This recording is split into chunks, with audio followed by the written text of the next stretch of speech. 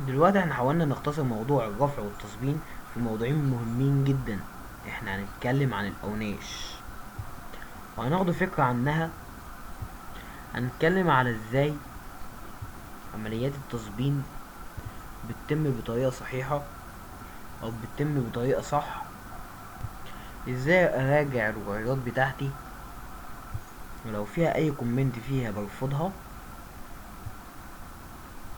لان دي ممكن تسبب مشكلة.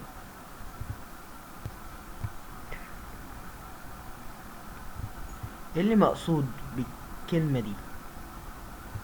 كل مشرف عليه التأكد من أن جميع الأشخاص المستخدمين لمعدات الرفع يجب أن يتلقوا تدريبا صحيحا لغرض السلامة والصحة، متضمنا هذا التدريب صحة استخدام معدات العمل مع الأخذ في الاعتبار جميع الاحتياطات. المقصود بالكلمة ديت